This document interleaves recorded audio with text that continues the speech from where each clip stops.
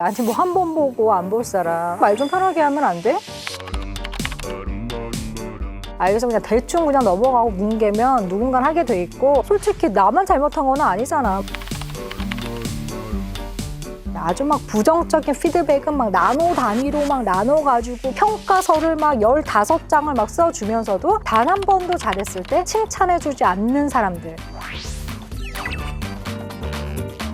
제가 들었던 말 중에 우픈 말은 부부가 가장 사이좋게 지내는 방법은 같이 안 사는 것이고 원수는 외나무 다리에서 만나는 게 아니라 회사에서 만난다 이런 말들을 사람들이 하는 거를 들었는데 너무 힘드시죠? 사회생활. 더군다나 그 회사라는 곳은 동호회 이런 게 아니잖아요. 뭐 쉽게 관두거나 나오거나 기분 나쁘다고 이렇게 딱 쳐낼 수 있거나 이제 이런 게 아니다 보니까 굉장히 어려운 것 같습니다. 그래서 이런 생각 드는 것 같아요. 아, 좀 쉽게 살면 안 돼. 아, 왜 나만 손해봐야 돼? 나도 양아치고 싶다. 막 이런 생각을 우리가 이제 하게 되는 순간이 있죠. 그리고 양아치들 보니까 아주 잘 먹고 잘 살던데? 이런 생각을 한번 해보신 분들을 위해서 준비했습니다. 회사 내 진사 대처법 잘 알고 계시면 위기의 순간에 여러분을 지켜줄 겁니다. 회사 내 진상 이런 분들 꼭 있죠. 남 탓 대마왕형 진상 꼭 있습니다. 아니 어떻게 모든 일을 다 책임져요. 알겠어 그냥 대충 그냥 넘어가고 뭉개면 누군가는 하게 돼 있고 솔직히 나만 잘못한 건 아니잖아 막 이런 식으로 이제 가는 것이죠. 이런 분들은 자기가 뭔가 잘못해놓고 자기는 쏙 빠지고 다른 사람한테 잘못을 돌리고 때로는 막 울면서 코스프레를 하면서 빠져나가죠. 자, 이런 분들 정말 너무나 옆에서 보면 이렇게 막 부글부글. 자, 이런 분들 왜 그럴까요? 자, 이런 분들은요 자기 연민이 굉장히 강한 사람들이라고 우리가 볼 수 있습니다. 어떨 때 자기 연민이 강해지는 사람이 되냐면요 자기 자신에 대해서 공감하는 법을 모르는 사람들이 자기 연민에 많이 빠져들게 돼요. 자기에 대해서 스스로 공감한다는 건 뭐냐면은 자기 자신을 받아들여주는 능력이에요. 예를 들어서 내가 실수하거나 잘못했을 때 아, 왜 이렇게 했어? 아, 그래도 뭐 이렇게 할 수 있지. 그냥 잘해야지. 이렇게 자기 자신을 받아들이지를 못하고 내가 실수했다고? 그럴 리 없는데 내가 그런 평가를 절대 받아서는 안 되는데 이런 그 자기 연민이 남 탓을 하게 하는 진상형의 사람들로 우리가 크게 됩니다. 그래서 크리스틴 네프 박사는 이렇게 얘기했어요. 자기 연민도 훈련이 필요하다. 끊임없이 자기를 받아들이는 훈련이 필요하다는 거죠. 그래서 3가지로 나눴는데요. 첫 번째는 자기 친절이 필요하다고 얘기했어요. 자기가 실패했을 때 자기 자신을 따뜻하게 안아주는 그런 거를 자기 친절이라고요. 그래서 다이어트 할 때도 그렇다고 하잖아요. 오늘 막 스트레스 받아가지고 막 먹었어요. 그럴 때 자기 자신에 대해서 우리가 받아들여주는 게 필요하다고. 괜찮아. 하루 먹었으니까 또 3일 하면 되지. 먹을만 했잖아.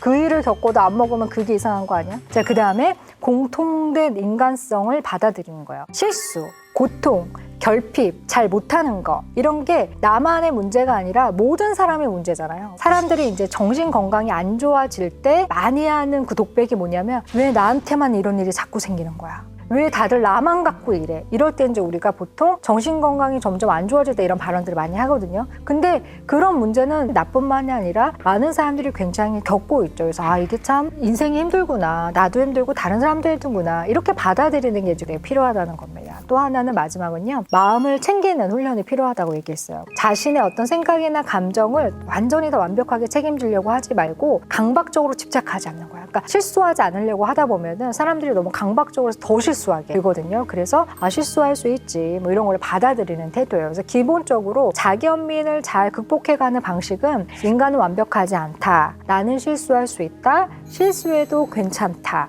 이런 그 유연성이 필요한데 이게 안 되는 분들이 자꾸만 회사에서 남 탓을 하면서 이제 진상을 부리게 되는 거죠. 그래서 직장 내 그 최악의 상사 유형 중에서 책임을 떠넘기거나 발뺌하는 오리발형 남 탓을 하는 사람이 가장 싫은 상사였다라고 이야기했습니다. 그러니까 이 지점을 우리가 극복해 나가는 거 굉장히 중요한 부분이고요. 그래서 이런 분들을 여러분들이 어떻게 대처해야 되냐면 기록을 정말 잘 해둬야 돼요. 우리가 회사 생활을 할 때요. 아, 내가 그거 이번에 안 넘기기로 했는데 이거를 자기 혼자 알고 있지 말고 공유하는 게 되게 중요해요. 그래서 원래 일을 잘하는 회사들은 이메일이나 이런 것들을 다 공유로 받아요. 모든 사람들이 다 같이 받고 다 같이 공유하고 답변도 다 같이 보고 이런 것들이 이제 불필요한 에너지를 맡길 수 있는 방법이 될 수도 있는 것 같습니다. 그리고 개인의 편에서는 증거를 남기고 공유하는 거. 중간 사람한테 김 대리님이 오늘 안 해도 된대. 여러분 다 들었죠? 막 이렇게 이제 가는 거예요. 반대로 또 어떤 분들은 너무 자기 탓하는 분들 있어요. 다 제 잘못이에요. 제가 확인했어야 되는 이런 분들도 좀 자기 용납 자기 친절을 똑같이 해주시면 좋을 것 같습니다. 우리가 또 직장에서 만날 수 있는 진상이 있죠. 기억상실형 진상님들 계십니다. 그래서 뭐 회의 때 막 누구야? 이거 진행하자고 한 사람. 사모님께서 결제하셨는데 내가 이런 바보 같은 기획안에 결제를 했다고? 이런 식으로 아주 자기가 결제한 거를 싹 까먹으시는 분들. 이런 분들은 이런 식으로 자기 합리화하죠. 아니 회사 서류가 한두 개예요? 이걸 어떻게 다 기억해? 아 진짜 과부야 과부야. 그리고 솔직히 말해서 내가 이상한 거에 결제를 했다 쳐. 물어봐야 되는 거 아니야? 이상하다고? 이거 하신 거 맞냐고? 이런 분들이 또 황당할 때는 이런 거죠. 휴가 가라고 해놓고 까먹으시는 거예요. 과장님 그럼 수요일에 뵙겠습니다. 왜 수요일에 보지? 아, 저 내일부터 휴가라고. 휴가를 간다고? 우리 다음 주 월요일날 되게 중요한 회의 있는데? 아니 제가 말씀드려가지고 가라고. 내가? 그래도 네가 상황을 보고 아니라고 했었어야지. 내가 그때 정신이 없었나 보지. 이런 식으로 이제 기억상실형 진상을 부려주시면 와 우리가 진짜 이 회사를 계속 다녀야 되나 이제 이런 생각이 들게 되는 거죠. 자, 왜 이럴까요? 이런 분들이 또 이유가 있더라고요. 사람이 권력이나 물질적인 자원, 회사에서의 높은 위치나 돈이나 혹은 유명세 이런 거를 갖게 되면은 자기가 그런 것들을 가지지 않았을 때보다 사람들의 신뢰를 저버릴 가능성이 더 높아진다고 해요. 그러니까 똑같은 사람이어도 사람이 변한다는 얘기죠. 돈이나 권력이 없을 때는 우리가 신뢰를 줘야지 내가 일을 딸 수 있고 또 승진할 수 있고 이 팀에 계속 있을 수 있고 이런데 모든 걸 다 이루고 나면은 굳이 내가 그렇게 애써 신뢰를 줄 필요가 없어지는 거죠. 또 하나 이런 유형의 사람은 상황을 아주 철저하게 자기 중심적으로 해석하기 때문이에요. 이 휴가가 이 사람이 얼마 만에 가는 휴가고 이 휴가는 가족 휴가인데 이번에 이 휴가를 같이 가는 게 얼마나 중요하고 이런 여러 가지 맞물린 상황에 대해서 휴머니틱한 생각 자체가 되게 없는 거죠. 그래서 이 사람에게는 굉장히 인생에 크게 중요한 의미인 이 휴가를 나는 아무것도 아닌 일의 한 부분으로만 여기게 되는 아주 자기중심적인 사고방식을 가졌을 때 또 이렇게 하기도 하고요. 또 아주 무능력한 사람들은 이제 신중하지 않게 컨펌을 내리는 거예요. 휴가 가도 될까요? 이럴 때 가. 별 생각이 없는 거예요. 회사가 굴러가는 일에 대해서 그림이 별로 없어요. 그 자기 자체도 막 닥쳐서 일을 하니까 굉장히 임기응변식으로 컨펌도 내리고 그 다음에 그게 뭔가 잘못됐을 때도 또 남 탓하면서 네가 확인했어야지 내가 놓쳤어 너도 이 회사 다니잖아. 그래서 아주 방어적인 태도하기도 하고요. 아주 나빠지는 경우는 아예 거짓말을 하기도 해요. 난 절대 그런 적이 없다. 그건 내가 아니었을 것이다. 그래서 이런 분들은 꼭 기억하셔야 될 게 있어요. 오늘의 후배가 10년 뒤에도 후배일 거란 보장이 없으니까 이렇게 주변에 그런 사람들이 있다면 너무 억울해하진 않으셔도 좋겠어요. 결국에 평가는 다 받게 돼 있고 10년 뒤에 그분의 입지가 어디 있지는 또 우리가 지켜봐야지 하는 것 같습니다. 우리 사회에서 자주 만날 수 있는 진상, 또 이런 진상이 있죠. 아무나 하대하는 꼰대형 진상입니다. 되게 중요한 거래처가 왔을 때는 막 읍소를 저분이 저렇게 공손했나 읍소를 하다가 자기보다 만만한 사람을 보면은 어이 야 뭐 똑바로 해 이런 식으로 하대하는 꼰대형 진상 여전히 좀 계시죠. 이런 분들은 이제 이렇게 자기 변호를 합니다. 아니 뭐 한 번 보고 안 볼 사람 아니 좀 말 좀 편하게 하면 안 돼? 아니 서비스업인데 이 정도 각오도 안 하고 나오는 거야? 감정노동 하는데 돈 받잖아. 이런 식으로 이제 이야기 하시는 거죠. 자, 웨이터 법칙이라는 법칙이 있어요. 이거는 빌 스완스라는 분이 비즈니스를 위해서 33가지 규칙을 정리한 책에 보면은 웨이터 법칙이라는 아주 중요한 법칙이 하나 나오는데요. 사람이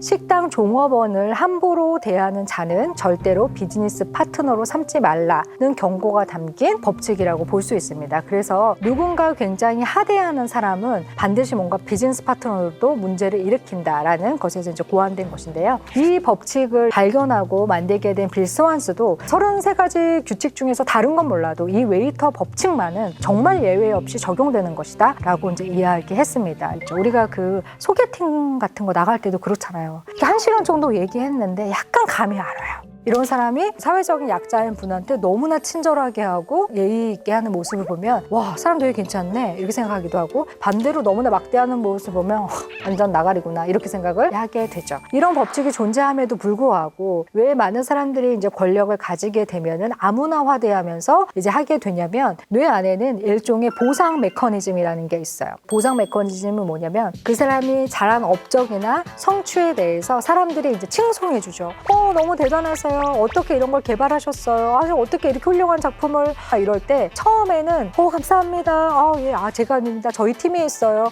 저 혼자만 이룬 게 아닌데 이 모든 영광을 많은 사람들에게 돌릴 거예요. 막 이렇게 하지만 이 CEO들이 시간이 지나면서 점점 올라갈수록은 이제 이런 칭찬들이 굉장히 약간 무뎌지면서 굉장히 과도하고 더 격해지는 긍정적인 피드백에만 보상을 받는다라고 느끼고 당연히 내가 그런 칭송을 받을 만하다라는 둔감한 상황이 사로잡히게 된다는 거예요. 이런 현상이 계속해서 반복되면은 우리가 인정 중독에 빠진다고 해요. 인정 욕구가 굉장히 증가하니까 이전에 받았던 정도의 어떤 칭찬과 칭송으로는 만족하지 못하게 되는 거죠. 그래서 더 높은 수준의 존중감, 칭찬, 경외심 이런 것들을 받고 싶은 욕구가 더 강해지기 때문에 그거의 역효과로 나타난다고 볼 수가 있겠습니다. 이런 진상 또 있죠. 절대 사과 안 하는 노 매너형 진상 있습니다. 야, 미안한 거 그걸 꼭 말로 해야 알아? 이러면서 절대로 미안하다는 말을 안 하는 그런 진상들 우리 주변에 있습니다. 사람들은 미안해라는 것을 루저의 언어로 생각하는 경향이 있죠. 사람이 미안해 하면은 그 순간 내가 굽히고 들어가는 거라고 생각해요. 그래서 내가 패배했어.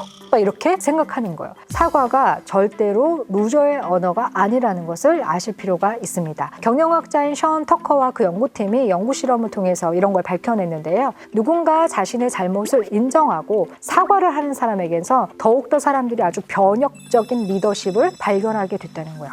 저 사람은 달라. 저 사람은 리더의 자격이 있어. 이런 느낌을 사람들이 많이 받았다는 거고요. 실제로 리더의 사과는 일시적으로는 완벽한 상에서 약간 멀어지게 하지만 사람들이 그 사람을 장기적으로 볼 때는 정말 책임감 있는 사람이구나. 자기의 행동을 굉장히 잘 바꾸려 가는 사람이구나. 더욱더 긍정적인 평가를 많이 받게 되고요. 많은 사람들도 그 사람을 보면서 성장해야 되겠다. 나도 저렇게 배워가야 되겠다. 아주 긍정적인 영향을 미친다고 합니다. 그러니까 우리가 직장에서 뭔가 실수했을 때 깔끔하게 인정하는 게 가장 좋고 사과할 일이 생길 때는 사과하는 게 가장 좋다는 이야기입니다. 또 하나 사과는 조금 더 기술적으로 잘 사용하면 좋은 부분이 있는데요. 미안해 라는 말은 그 워딩 사용이 굉장히 한국에서는 중요합니다. 한국의 언어는 전 세계 언어 중에서 아주 미묘한 뉘앙스 차이가 말 어미에서 많이 갈리는 나라라고 볼 수 있는데요. 그래서 우리가 미안하다를 잘 쓰는 방법을 몇 가지 생각해 보도록 하겠습니다. 첫 번째, 미안하다는 말을 사용하실 때요.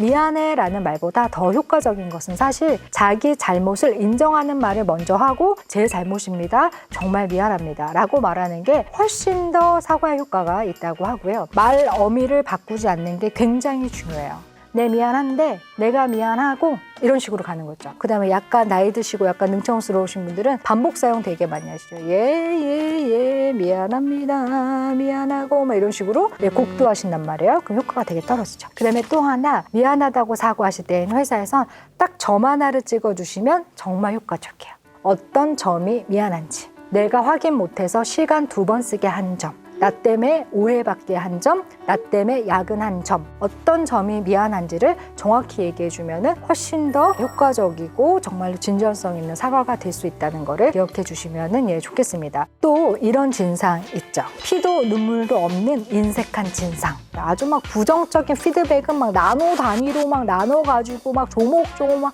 평가서를 막 15장을 막 써주면서도 단 한 번도 잘했을 때 칭찬해주지 않는 사람들. 이것도 진상이에요. 자, 이런 분들 하나는 알고 둘은 모르는 분들이다 라고 저는 정말 말씀드리고 싶은데요. 사람의 심리를 이렇게 다 억누르고 무시하면 우리가 좋은 결과를 내기를 쉽지 않아요. 결국 회사의 목적은 뭐예요? 회사의 목적은 성과를 내는 것이죠. 성과를 내고 이윤을 창출하고 선순환이 계속 되는 게 기업의 굉장히 중요한 목적인데요. 여기서 인력을 사용하고 인재들을 잘 사용하는 측면에서 칭찬의 효과를 굉장히 잘 사용하는 거는 기업에서도 전략적인 측면으로 굉장히 중요하죠. 칭찬에 인색한 기업은 굉장히 마이너스가 될 수 있습니다. 여러분 한 번쯤 들어보셨죠? 피그말리온 효과라는 효과가 있습니다. 긍정적인 기대나 관심이 그 사람에 굉장히 좋은 영향을 미치는 효과를 말하는데요. 그래서 반대로는 우리가 스티그마 효과가 있죠. 굉장히 부정적으로 그 사람을 딱 낙인을 딱 찍고 되면 실제로 그 사람이 점점 더 낙인 찍힌 것 같은 그 행동을 하게 되는 거예요. 셋업투페일 신드롬이라는 어떤 실험이 하나 있었어요. 자, 이건 어떤 실험이냐면 모든 그룹에서 에이스인 사람들을 다 뽑아다가 절대로 칭찬하지 않는 실험을 한 거예요. 그 실험 기간 내내 계속해서 압력만 가하는 거예요. 별론데? 야, 우리의 기대가 과했네. 이런 식으로 계속해서 반복했어요. 그럴 때 어떤 결과가 있었냐면 이 실험에 참여했던 모든 사람들이 100% 다 워스트로 추락했던 이 실험이 있었어요. 에이스들이 절대로 에이스로서 역할을 더 이상 하지 못하는 그런 현상이 일어나게 됐죠. 그래서 많은 사람들이 출근할 때 어떤 마음을 가지고 출근할까요? 내가 오늘 잘 할 수 있을까? 내가 언제까지 이 회사를 다닐 수 있을까? 나는 왜 그 사람처럼 일을 못했을까? 많은 회한을 가지고 출퇴근을 반복해요. 이럴 때 같이 일하는 사람들이 긍정적인 피드백을 해준다는 거는 이 사람들이 사회생활을 할 때 굉장히 많은 격려와 실제로 일을 더 잘 할 수 있는 에너지를 얻을 수 있다는 거죠. 단, 반드시 근거가 있어야 한다는 거예요. 팀장님, 최고십니다. 뭐가요? 전반적으로? 저 누군가 정말로 같이 일을 하실 때 칭찬받을 만하다, 일 더 성장했다, 배웠다 라고 할 때는 이 사람이 더 좋은 성과를 내기 원하신다면 근거를 가지고 피드백 긍정적으로 해주시는 거 결코 마이너스 아니라는 거 우리가 기억해 주셨으면 좋겠습니다. 또 이런 진상 있습니다. 뇌 맑은 천진난만형 진상입니다. 저는 정말 솔직한 사람이에요. 저는 그냥 앞에서 딱 말하고요. 뒤에서 뒷말 안 해요. 솔직한 게 뭐가 나빠요? 예, 이렇게 얘기하는 거예요. 아주 그냥 매너 없는 얘기, 사람들 기분 나쁜 얘기, 기분 나쁜 줄도 모르면서 막 하면서 어머, 영희 씨 머리 잘랐어? 왜 잘랐어? 지난번에 되게 괜찮았는데 미용실 절대 가지 마, 여기. 이런 식으로 아주 뇌가 맑으신 분들이에요. 자, 솔직한 사람들은 이런 심리를 가지고 있어요. 자신을 믿어요. 나는 진실해. 그리고 사람에 대한 믿음이 있어요. 어떤 사람이라도 기본적으로 다 이 사람은 좋은 사람이야. 내가 진실하니까 너도 진실하게 이해해줘야지. 그 다음에 아주 감수성이 풍부합니다. 자신의 감정에 매우 정직해요. 막 눈물이 나올 때 울 수 있고요. 벚꽃이 아름다우면 너무 아름다우고 여러분 너무 오늘 아름다운 날이에요. 아이 같은 명이 있죠. 감정에 솔직하고 순진한 성격을 가지고 있어서 때로는 약간 업앤다운이 막 심해요. 이런 그 솔직한 사람들의 어떤 자기 표현. 과연 타인에게도 좋은 겁니까? 다른 사람들도 솔직하고 싶어요. 솔직하고 싶지만 다른 사람들이 배려하고 타인에 대해서 굉장히 민감하고 타인에 대한 감수성 때문에 많은 필터링을 가지고 스스로 걸러내고 있죠. 솔직한 사람들은 어떻게 말하면 타인에 대한 민감성, 예민함 굉장히 떨어지고 그것이 솔직하다고 잘못 포장하고 있는 거 아닐까 생각합니다. 우리가 소위 그 페르소나라고 하죠. 가면을 쓰는 것에 대해서 한번 이야기를 해보고 싶은데요. 스위스의 심리학자 칼 구스타프 융이 페르소나에 대한 이야기를 많이 했었는데요. 개인이 사회적인 요구에 적응할 수 있도록 매개해주는 역할이 페르소나라고 이야기했어요. 자기가 있는 환경, 만나는 사람에 따라서 적절하게 자기의 모습을 바꿔가는 것을 우리가 페르소나라고 하는데 사회적 가면이죠. 이거를 시기적절하게 잘 써가는 게 굉장히 중요한 거라는 이야기예요. 제가 40대가 되면서 이 페르소나에 대한 고민이 개인적으로 굉장히 깊었었거든요. 강의를 할 때의 저와 집에서의 저와 아이를 대할 때의 저와 친구들을 만날 때의 저가 진짜 되게 다른 거예요. 그러면서 제가 진정한 나는 뭘까? 이런 고민을 되게 많이 했어요. 40대이신 분들은 또 많이 고민하실 것 같은데 그러면서 제 나름대로 인간은 결국에 통합을 향해 가려고 노력하지만 결국에 통합될 수 없는 존재이고 내가 집에서 이렇게 사는 것, 친구를 만나서 이렇게 사는 것, 강의를 할 때 있는 모습, 내가 혼자 있을 때 있는 모습은 분열적인 상황이 아니라 그 상황에서 필요한 페르소나를 적절하게 내가 잘 갈아 끼고 있는 과정이구나. 여러분 생각해 보세요. 집에 있는 자아와 사장님하고 면담을 하는 자아가 다 똑같으면 진짜 심각한 거예요. 사장 들어와. 앉아. 너 나한테 이렇게 불만이 많아? 아니면 사장님하고 면담하는 자아가 집에서도 엄마 제가 좀 앉아도 될까요? 엄마 제가 멸치를 하나만 먹어봐도 될까요? 엄마 감히 제가 이 멸치에 대한 맛을 한번 피드백을 드려도 될까요? 이러면 이런 거 정상 아니잖아요. 결국에 다 다른 것이 성숙한 것이라는 거예요. 근데 솔직한 사람들은 다 다른 것을 갈아 끼는 수고를 하지 않는 거죠. 성장하지 않은 거고 굉장히 유아적인 거고 솔직하다는 말로 스스로를 포장하고 있는 겁니다. 그래서 여러분이 이렇게 굉장히 저는 솔직해요 하면서 이런 사람 보면 너무 스트레스 받지 마시고 이 사람이 아직 정서가 많이 성장하지 않았구나. 그래서 그렇구나. 쯔쯔쯔 이렇게 해주시면 좋겠습니다. 우리가 그 양아치처럼 살면은 10년은 어떻게 버틸 수 있다. 그런데 정말로 사회에서 남겨지는 좋은 인재들 중에 그런 사람은 없다. 많은 사람들이 다 이제 분리해가고 솎아내가기 시작하고 정말로 그 좋은 물에는 양아치는 없다라고 이야기합니다. 우리의 태도가 우리의 미래를 만들어가는 거 아닌지 모르겠습니다. 그래서 여러분께서 이런 진상을 만나셨을 때는 제가 말씀드린 진상들이 그렇게 진상을 피는 이유를 기억하시면서 너무 스트레스 받지 마시고 저 사람은 저래서 저렇구나 좀 이해하시면서 좀 편안한 일상 가지시면 좋겠고요. 혹시 나도 모르게 진상이었을지도 몰라 이런 의심이 스스로 든다면 제가 말씀드렸던 어떤 심리적인 이유와 원인들을 좀 한번 되짚어 보시면서 이 부분 체크해서 성장해야 되겠다 생각해 주시면 좋겠습니다. 살아오시느라 수고하신 여러분, 많은 진상들 속에서도 행복한 나날이 되셨으면 좋겠습니다.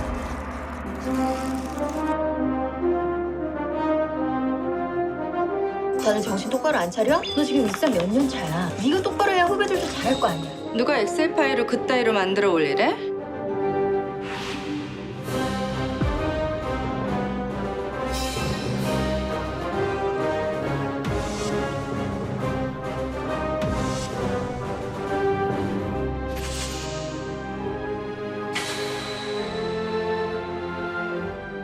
사람들한테는 자신은 모르고 다른 사람들만이 아는 모습이 있다고 하죠. 내가 인식하는 나와 다른 사람이 인식하는 내가 이제 간극이 있는 건데요. 이 간극이 크면은 관계에 문제가 발생하게 되죠. 그래서 내가 생각하는 나와 직장 동료가 보는 내가 차이가 있다면 곤란한 일이겠죠. 나는 정말 내가 생각하는 만큼 일을 잘할까? 당신의 동료들은 당신을 어떻게 평가하고 있을까요? 나는 일잘러일까요?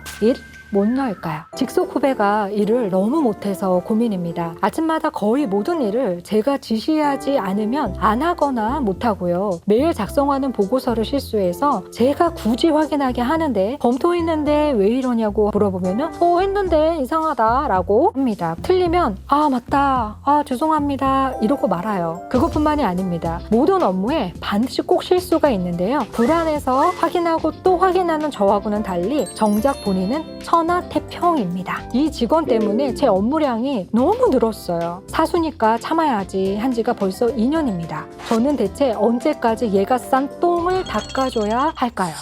우리 한번 일몰러의 특징을 알아보도록 하겠습니다. 일몰러의 특징 중에 하나는 주경 정리가 안 된다는 겁니다. 이 일을 잘 못하는 사람들의 책상은 정말 엄청납니다. 물론 자기네들은 그렇게 이야기해요. 나름의 다 규칙이 있다. 일단 포스트잇 그 밑에 결제 서류가 하나 들어가 있고요. 그 밑에 믹스커피 한 봉지가 들어가 있어요. 그 밑에 거래처에서 받은 명함이 하나 삐껴 나와 있고요. 컵이 기본적으로 3개 세팅되어 있는데요. 2개는 어제 먹은 거예요. 업무가 너무 바쁜 나머지 못 치우고 갔어요. 그 옆에 당 달릴 때 먹는 쪼꼬바 반 정도 남았어요. 한 번에 다 먹으면 살찌니까. 그리고 어깨 아프시니까 안마기.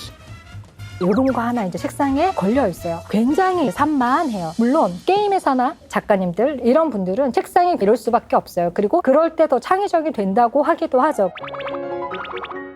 그런데 행정 업무를 많이 처리하고 서류 업무를 많이 하는 분의 책상이 이렇다고 한다면 이거는 주변 정리가 잘 안 되는 케이스라고 볼 수 있어요. 한 연구 결과에 따르면요. 주변에 물건이 많을수록 뇌에 과부하가 걸린다고 하고요. 통제력과 선택 능력을 잃어버리기 때문에 결단력이 떨어진다고요. 반면에 정리를 아주 잘하시는 분들은 사람들한테 보다 더 쉽게 신뢰를 얻고 승진을 빨리 할 확률이 높다고 합니다. 저렇게 깔끔하고 정리가 잘 돼 있는 사람은 분명히 일도 잘할 것이다 라는 연상작용 때문에 알게 모르게 동료들이나 상사들에게 좋은 평가를 받는다고 해요. 당장 내일 책상을 치우셔야 되겠죠? 자, 그 다음에 부탁을 다 들어주시는 거예요.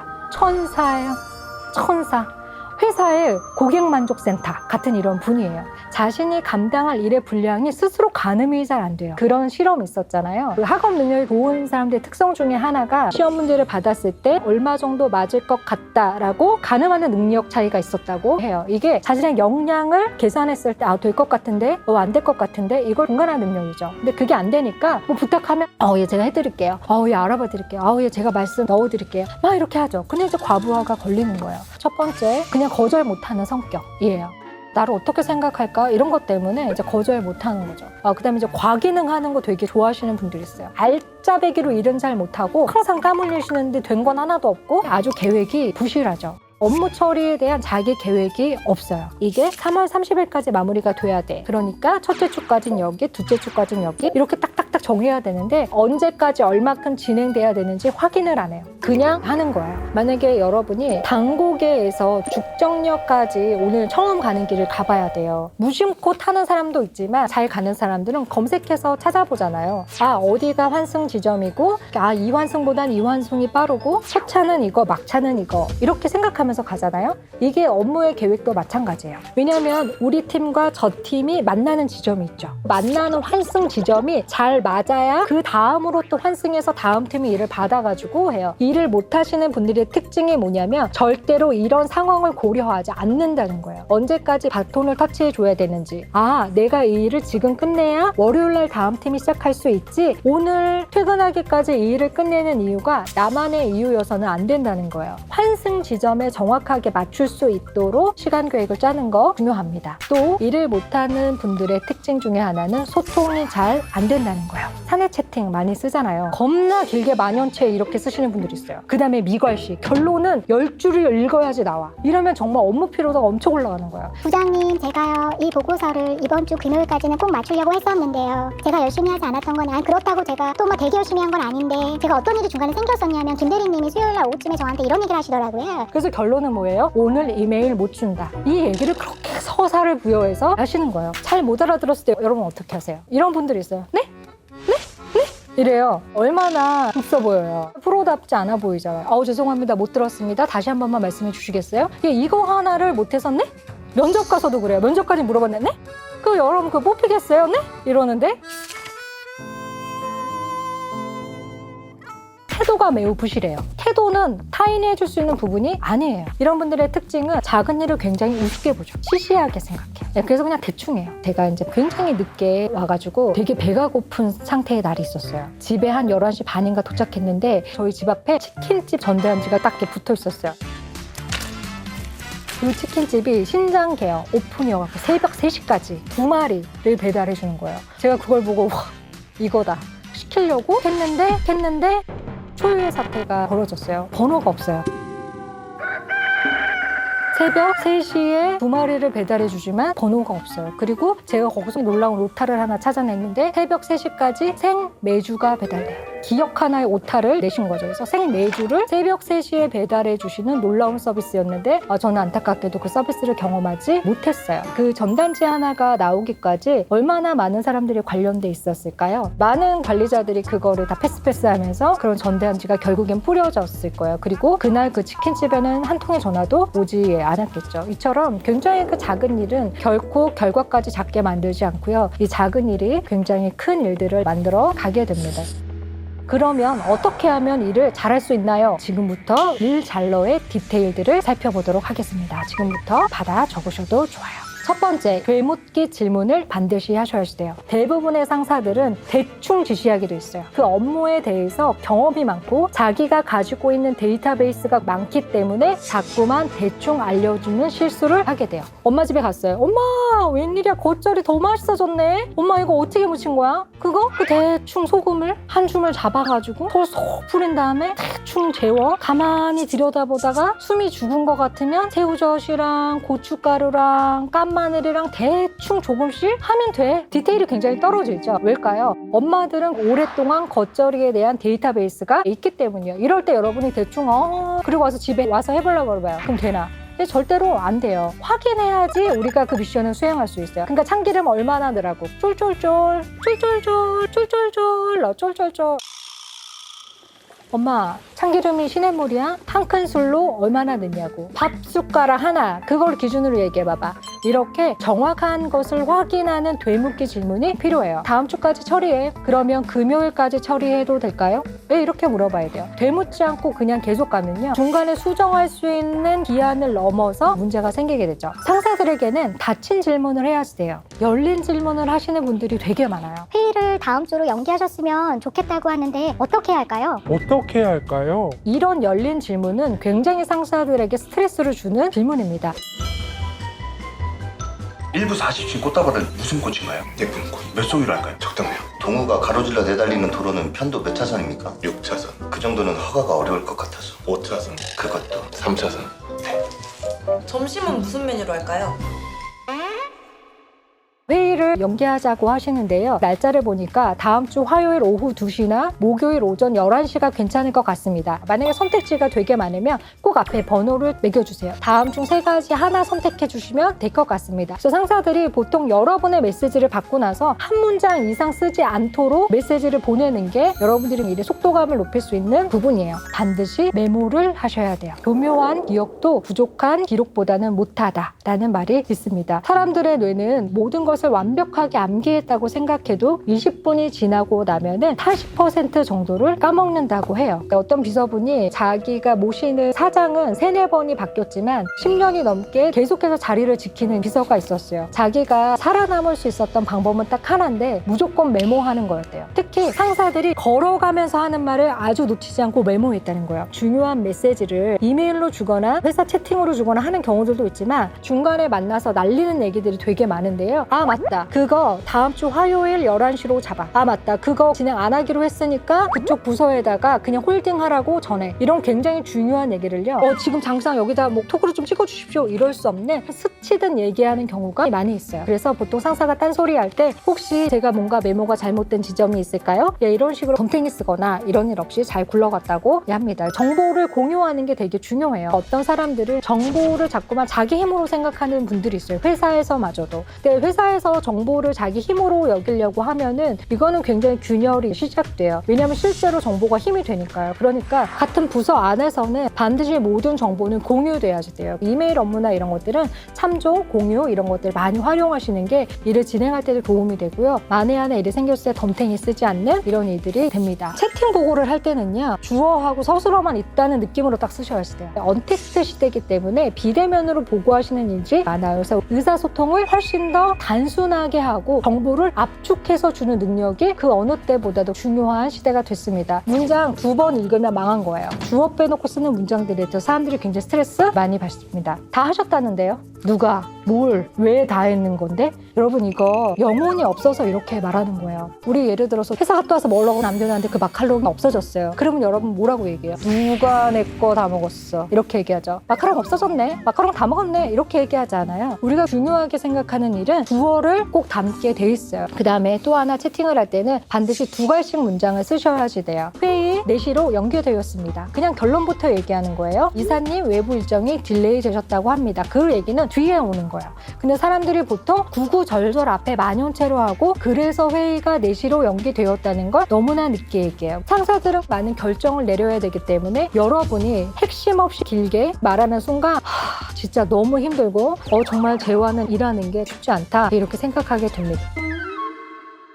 너무 쪼잔하잖아요. 간단한 것들인데 아마 회사에서는 잘 얘기해주지 않을 거예요. 나중에 약간 열받으면은 퉁쳐서 뭐라 그러냐면 진짜 똑바로 합시다. 일을 똑바로 해야지. 뭉뚱그려서 또 얘기하게 되는 거예요. 그거는 상사가 궁금해할 만한 것들에 대한 모범 답안을 쓰는 거예요. 그래야 훨씬 더 잘 정리된 사람처럼 보일 수도 있고 보고가 더 간단하게 끝날 수 있죠. 중간 보고를 하셔야지 돼요. 되게 완벽하게 이 일을 잘 해내고 싶은 욕구가 더 많을 때 중간 보고를 잘 할 수도 있어요. 근데 이러면 상사들 입장에서 불성실한가? 자기 임의대로 일을 처리하나? 이런 식으로 오해받을 수 있어요. 그래서 여러분이 어떤 일을 맡으셨으면 이때쯤 중간 보고를 해야 되겠다? 갈매기 표시를 해주시는 거예요. 그리고 중간 보고 때는요, 오류가 있어야 매력적인 거예요. 중간 보고 했는데 상사가 개입할 요지가 하나도 없다. 그러면 그것도 또 뭐 그래요. 실제로 이런 연구 결과가 있어요. 조언을 구하는 후배일수록 훨씬 더 정이 가고 잘 끌어주고 싶다라는 심리가 있다고 해요. 선배들이 아주 일 잘하고 흠잡을 거 없는 후배가 가장 부담스럽다라고 이야기했어요. 다 끝내고 틀리면 처음부터 다시 해야 되는데 중간에는 틀려도 괜찮아요. 중간에 이렇게 윽박지르면 당할까 봐 괜히 그 스트레스 때문에 더 안 하시는 경우들이 되게 많은데요. 중간 보고를 하는 후배가 일을 꼼꼼히 잘하고 열심히 하는 사람으로 느껴져요. 중간 보고에서 피드백을 받으세요. 우리 영상을 보시는 분들 중에서 상사분들 아마 계실 거예요. 다 누군가의 상사겠죠. 키껏 발표했는데 막 이렇게 얘기하시는 거예요. 와, 맥 못 짚었네? 우리가 호준도 아니고 무슨 그렇게 맥을 좀 잘 짚겠어요? 정확하게 맥 짚는 거를 좀 알려주세요. 정확하게 감을 느끼게 해주라고 상사분들이 사수로 있는 거잖아요. 그리고 제발 시간과 파일 리듬 좀 정확하게 알려주세요. 내일 오후까지 해와. 자네 해가 뉘엿뉘엿 저물 때쯤 내가 이 파일을 봤으면 좋겠네. 내일 동틀역에는 꼭 출근을 해 있어야 되네. 이런 느낌이란 말이에요. 얼마나 애매해요. 오늘 오후 4시쯤 볼까? 내일 오전 출근할 때까지 돼 있으면 돼. 상사분들 제발 미소 좀 지어주세요. 장백기 씨. 내일 봅시다. 너 내가 퇴근하랬지? 안 하고 뭐 하는 건데? 예전에 미국에서 상사들의 표정의 중요성에 대한 실험 하나 했었는데요. 한 상사 그룹은 웃는 얼굴로 꾸짖는 상사였고요. 한 상사 그룹은 무서운 얼굴로 칭찬하는 그룹이었어요. 누가 더 내가 믿을만하고 나를 지지하는 상사 그룹인가에 대해서 누가 이겼을까요? 웃으면서 꾸짖는 상사가 훨씬 더 많은 표를 받았어요. 왜냐하면 인간은 의사소통에 있어서 정보 교환을 할 때 나를 좋아하느냐 싫어하느냐를 내용의 컨텐츠보다 빨리 느껴요. 그렇기 때문에 이거는 상대방이 듣기에 좀 불편하겠다라는 메시지를 하더라도 여러분의 표정이 친화적이라면 상대방이 그걸 공격적으로 받아들이지 않는다는 거예요. 어떻게 생각하면 이거는 상사들이 부정적 피드백을 전달하는 방식 기술이라고 할 수 있어요. 후배들은 생각하는 것보다 선배들의 표정을 많이 살펴요. 선배들의 표정 하나가 그날의 사무실의 온도를 결정하기도 하죠. 결국 이런 것들을 실행할 수 있는 힘은 여러분이 일에 대해서 가지고 있는 애정이 얼마나 강한가에서 나올 거라고 생각해요. 그리고 결국 일에 대한 애정은 내가 얼마나 내가 하고 있는 이 일에 대해서 스스로 의미와 가치를 부여하는가가 결국에 정한다고 볼 수 있겠죠. 저도 첫 번째 강의는 22살에 했어요. 20땡땡년 됐어요. 어떨 때는 똑같은 강의를 100번, 200번 할 때도 있거든요. 자다가 누가 저를 깨워가지고 해봐 그러면은 할 수 있을 만큼 달달달달 이렇게 돼 있는 거예요. 그럴 때 너무 매너리즘도 느껴지고 되게 슬럼프도 느껴지고 요랬던 시기가 되게 깊이 있었어요. 저 그럴 때 나는 이 일을 왜 할까? 그 의미가 나한테는 뭐가 있을까? 뭐 이런 것들에 대해서 답을 찾아갈 때 의미를 다시 찾았던 것 같고 지금도 많이 의미를 부여하려고 노력하고 있어요. 그리고 그게 분명히 일에 대한 애정을 유지하는 데 도움을 주는 것 같습니다.